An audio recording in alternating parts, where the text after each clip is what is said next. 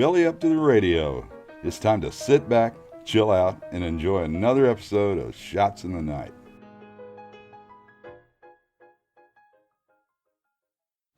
Ahoy! Perch thee on thy rock, rest on thy bow, squirm in thine own cage. But then there's to this, a deep-sea account of woe and regret, awash in drama of wanton lust and unbound greed. Unfair, unjust, uncouth, judge these crustaceans not till this fish tale is told. We present Law and Dagger.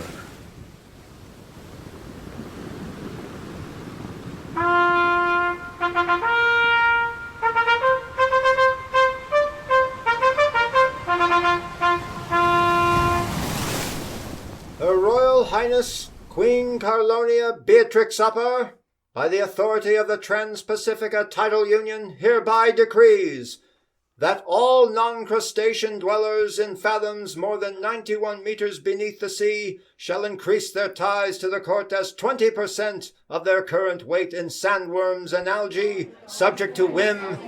That is all. Well, Hopper, another decree? The second since the last high tide, and the fourth in less than a month. Doth not the Queen fancy her thorny shell full? Hold your spiny tongue, Lady Quinn. The walls of the kingdom contain many an invertebrate eager for your position as lady-in-wait. Though without ears, the subjects are not without senses with which to relay your treasonous gossip. Oh, Hopper, as herald of Queen Carlonia's court, 'twas only out of concern for her well-being that led me to inquire. 'Tis not the position of an arthropod to exercise her maxillae so. Scuttle away. I have royal business to which I must attend. Would that be a princely business, Hopper? Many a member of our court have gazed their high-mounted eyes on the display His Royal Highness Prince Hermes mounts when in thy presence. Fly upon thy impudence. Ow! I beseech thee, release my limb, else I shall lose a claw. Mark me now, Seremi Tramp. What thou hast seen is merely the prince's eager embrace of a burgeoning friendship. Crustaceans of his stature simply cannot find companionship to unburden himself from the crushing weight the throne impresses. Prince Hermes seeks only to conquer his isolation. Order me not, and unhand me, filthy mollusk. That's better. Conquer? Ha! Prince Hermes strikes out to conquer thee. Or vice versa, I can see. Come, Hopper, share we not an interest in pleasing all of Crown? I confess some such interest in thy plan for accomplishment. Until now my contemplation has been but upon my own position, for the Queen may gaze upon me as more than a claw maiden, but rather as... A daughter? I can read between the sand dollars in thy murky visage, Lady Quinn. Plotting a design to marry the prince, perhaps? Ha! 'Twill never pass. As long as the Queen continues to breathe through her crusty gills, perhaps 'tis true. But the prince cannot marry thee now, can he? In some waters he could. But that is not my intention. To insinuate... Tush, Hopper! Thou bearest my scheme, but I can see well betwixt the glassy reflection in thine eyes. Scribed on the ocean floor clearly is thine own plan to bewitch the Queen. Together, perhaps our dreams of escaping the drudgery of royal servitude will blossom as colorful sea urchin to fruition. Floating viper. Perhaps I entertain... Royally entertained our fair Queen, and her fairer lad for thine own gain. But her oft-stated own device to marry off her winsome son to King Crab Rimulad's idiot daughter Dixie, and gain control of the southern oceans is but a troublesome plight on us both, is it not? Oh, Hopper, pray we put down this quibbling. Follow this humble leopard crab to her chamber.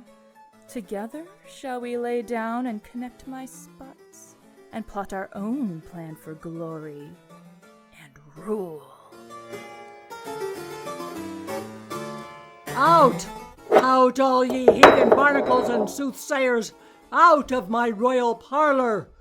I will not hear such disparaging broadcast of my kingdom's wealth. Begone! Lady Quinn! Lady Quinn! Where is my waiting maid? Scuppering another poor soldier crab's marriage, perhaps? The wanton flex of her pincers gets the better of her. Oh, well, I will cast her away soon enough into a stock-pot to be made into Rangoon, a dish with better flavor. Son, Hermes, Horatio Upper, Hermes, now! Coming, Mommy! Can I not be out from under your talons for more than 10 turns of a starfish before you beckon me to this dire chamber? Dire chamber? Talons? Darest thou speak ill of thy birthright, of thy throne, and of me? I wasn't thinking. Mommy, my queen, forgive my thoughtlessness. Crabby pie, thou may kiss my extended snow crab claw. Good boy. Hermes? Yes, Mother. My minions deliver to me but news of sorrow for our kingdom. I fear without the furtherance of thy position in our crabitat, our rule beneath the icy northern seas wanes. Dearest Mother, what news could be so— Hermes, our coffers, once flush and alive with sandworms and urchins, and lush with the dazzling hue of sea fungi and writhing veined shrimp, and abundant in the pearls of our toil, tip to empty. Our subjects are not as generous or numerous as once they were, now that the mating channels are crowded by the scourge of two-legged land demons intent on eating us. How wretched! How may I help? It gives thy mother shudders of warmth that thou hast inquired. Thou must marry to the Remulad throne. Dixie? I am to be betrothed to the half-wit princess from the southern depths? Oh, Mummy, anything else but— Anything else? Else we swim in shame to a dark and forsaken sea ledge, to be cast off into the murk with commoners. Else we feed amongst our subjects, or be eaten by them. Dost thou not see the dirty ones that spy us, covet us, all whilst wriggling their crusted mandibles at the thought of piercing our divine shell to feast upon our flaky flesh?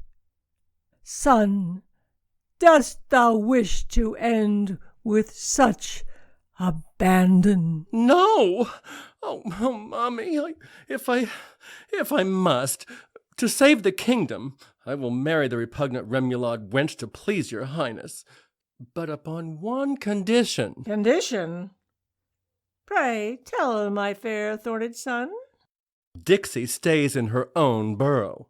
The very idea that I would— Well, I shan't touch that soft-shelled moron on any occasion.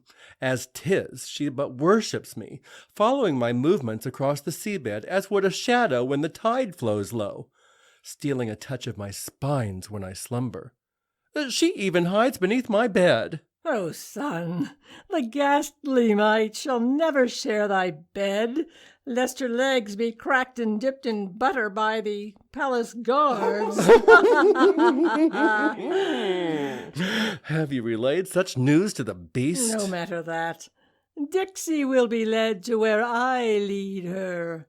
The moppet adores me as her own mother, I surmise. Many times have I fought the urge to regurgitate, whilst providing the wretch a mother's solace after her own mother's mysterious demise. Surely King Remulad will be gratified for our labors in raising his dullard, and will refurbish our crabitat to its rightful glory. Upon thy promise of protection against Dixie's wayward claws, I shall obey you, Queen Mother, and marry the scrub butt to ensure the future of our rule. Ugh, here comes Dixie now. Mumbly jumbly fishes fumbly beneath the sea. above the sky.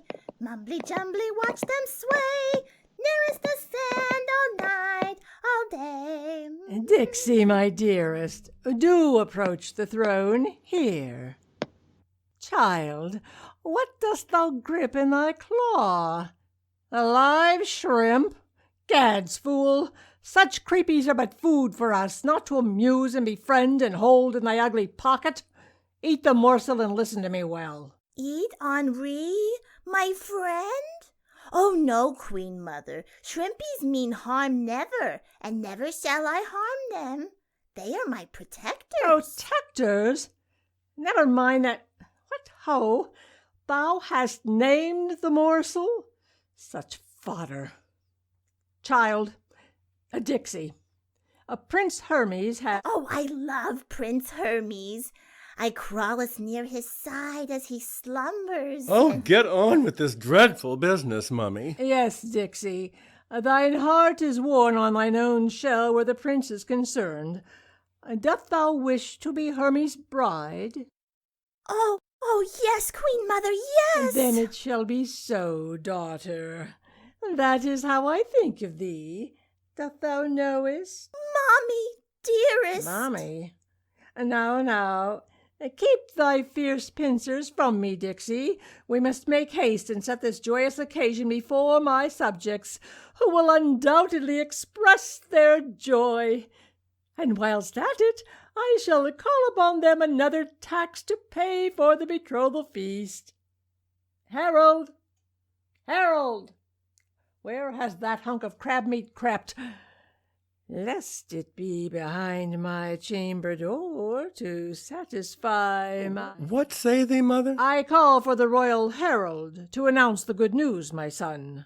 Yes, I shall summon such a piece of delicious crab meat for myself upon retiring to my den. Hopper will satiate my desires. What say thee, son? Oh, but putting voice to my musings, Mummy, where could that scrumptious herald be hiding? I am to marry, I am to marry. Mumbly, jumbly, skip and tumbly, I am to marry soon.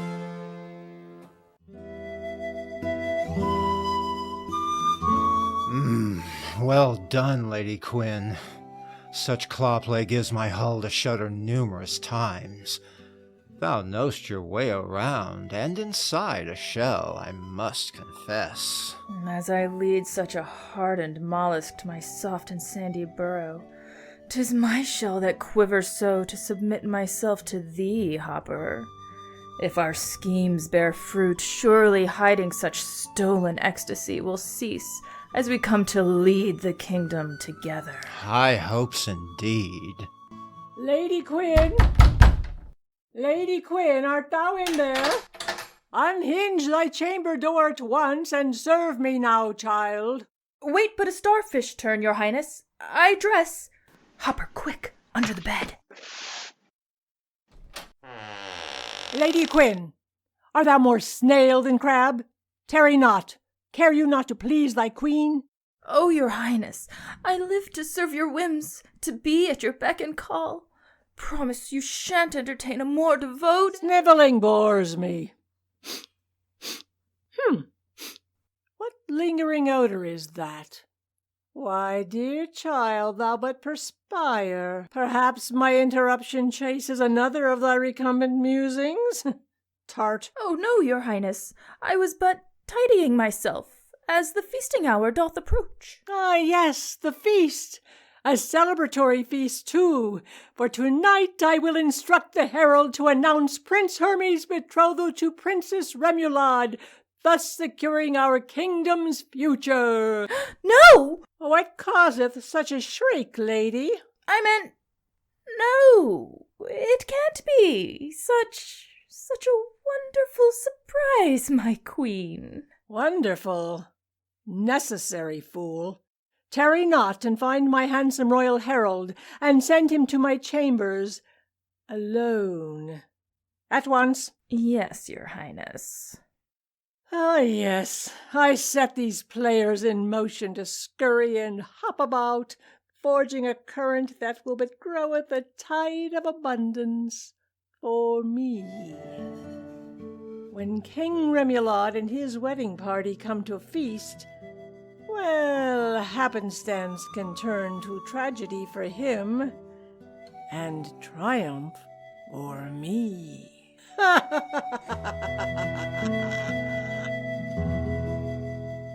My prince of the sea, my prince just for me, how happy, happy, happy we shall be. I ride the tide, I grasp the ring, at last he has spied me, how doth my heart sing. Oh, to think, Prince Hermes holding me close, protecting me, kissing me on this bed. Ooh. Oh, but he doth lay pretense of scorn upon me, but it was truer still, as my heart knew, he grew to love me. What a wonderful turn! Father will be so pleased. And when we return to the southern seas to feast upon the eelgrass beds, my swarms of shrimp in tow, the trumpets will blare, throngs of antennae shall wave, mandibles will snap with joy. And I will be queen. Oh dear, Prince Hermes must not find me in his room again. Oh, the closet, yes. Oh, squire, how forcefully thou hast slayed my chamber lock. Come, you fit fiddler crab, and slay me with thy strong claws. Thou art a naughty prince. Fear not thy mother's wrath. Forsooth, await the door to close afore thy torrid wave of sweet lust fills my ears, else another's might hear, and their mouths divulge our curious arrangement. I would have them boiled to crimson red, and feast upon them as a cannibal. My words and my compliant nature are but for thee. My soft dungeonous underbelly is exposed. Take thy bounty.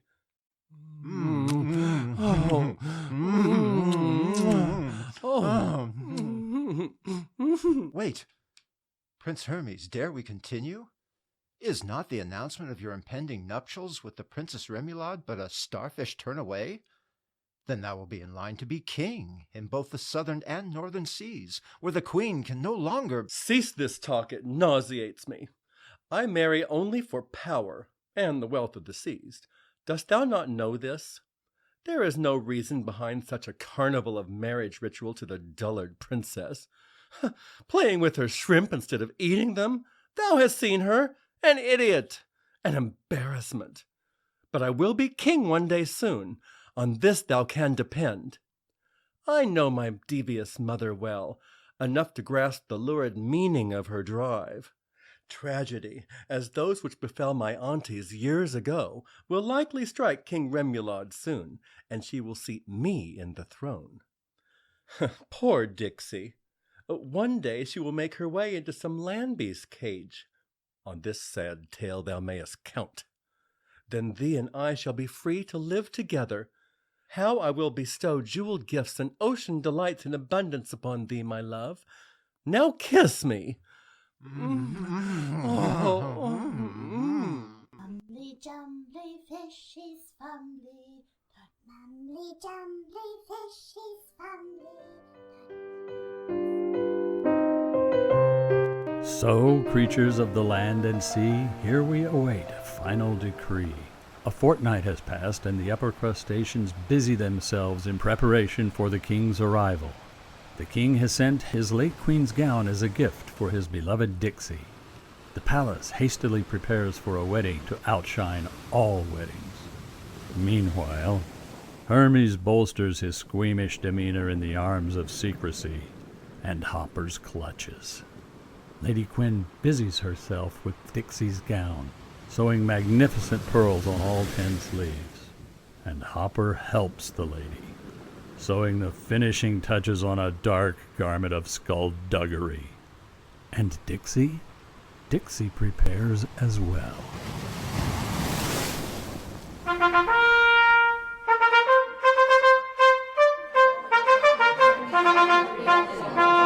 Silence in the court! Silence in the court! Hear ye, hear ye!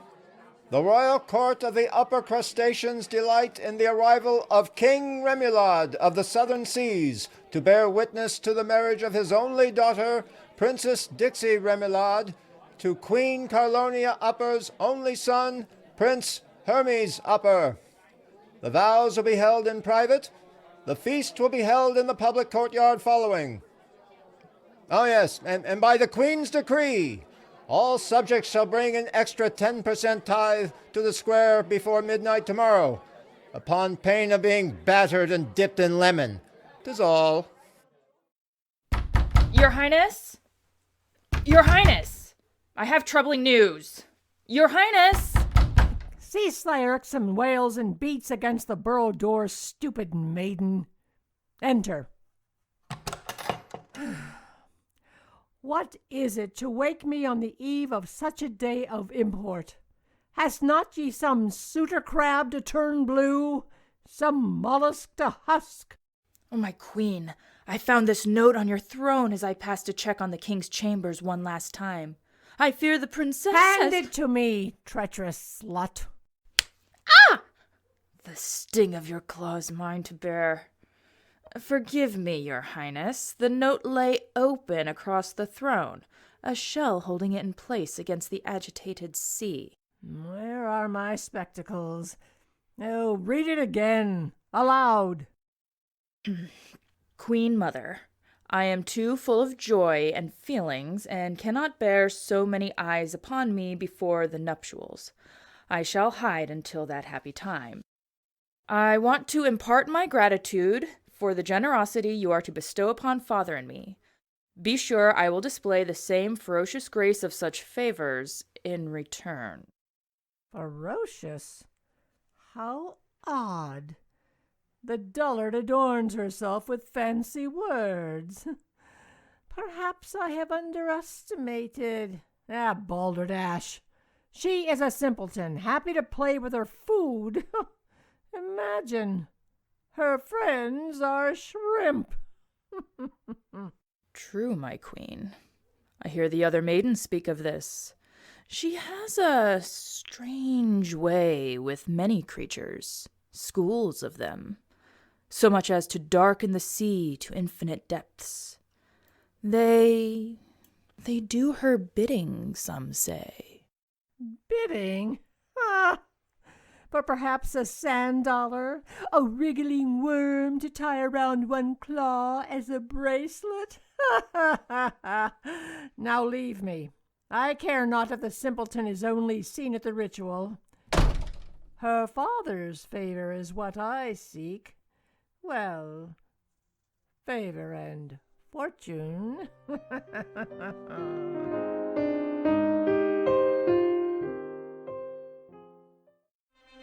All rise for the bridal procession. Lady Quinn, by the stars floating on the ocean's topside, behold this dazzling metamorphosis. Dixie glitters as a queen. Hopper, gaze upon her. What wonder, what awe! An ugly urchin is transformed into a radiant pearl. Such poise, such beauty. The queen must be tied in jealous knots. Careful, lest the Queen Carlonia take notice of your reverence and toss you into a boiling gumbo. And then whom shall buff my shell? Certainly not that anemic little crab boy, the prince. My claws could snap him like... Dixie pauses. What does she... She stands as a statue. What is this? Behind her, I spy a murky, swirling veil. Dearest girl, finish your journey here and marry your waiting prince. Join me in matrimony, Dixie. How truly breathtaking thou hast become. Where was this divine creature hidden? How fortune has shone bright upon our kingdom to behold such fair beauty. Silence! King, father, come stand behind me. Hurry, father. Yes, there, father, and retreat into thine shell. The ring the prince presents is stricken not in gold. The ring thou bears for me is made from wretched souls. I will not be a queen to thee, I will not be thy purse. I will be a queen, but to thee I send a curse. A queen, a prince, a lady in wait, all bed the royal herald, and seal their fate.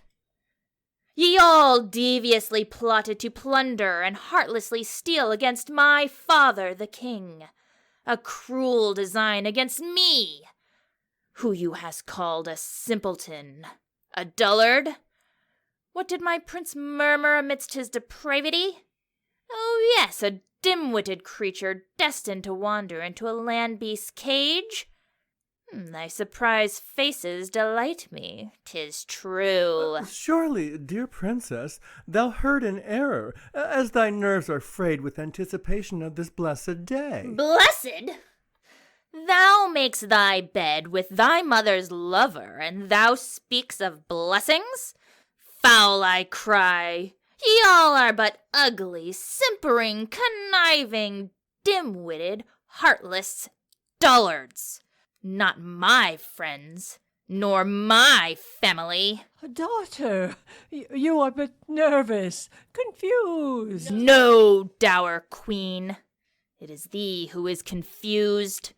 I am not your daughter. My friends are amongst you here in the plume swimming behind me. See them now, meters, fathoms of salt water churning with shrimp.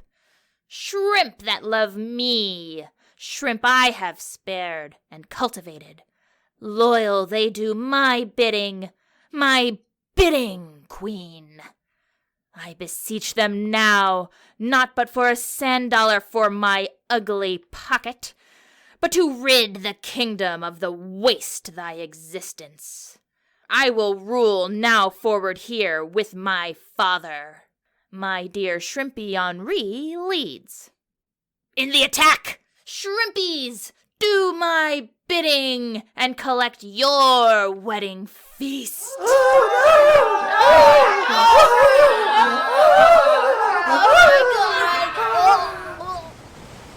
So at last, Queen Dixie Remoulade rises to the throne, bound not by the daggers of insincerity and deceit, a creature pressed and polished by the weight of murderous intent, a pearl beneath the sea. Behold, the lesson learned is this: the truth lies not in a stolen kiss. But what of lingering questions unanswered in the bloody wake of the wedding party? Queen Dixie's own words say best here. Let them eat cake, crab cake, to be clear.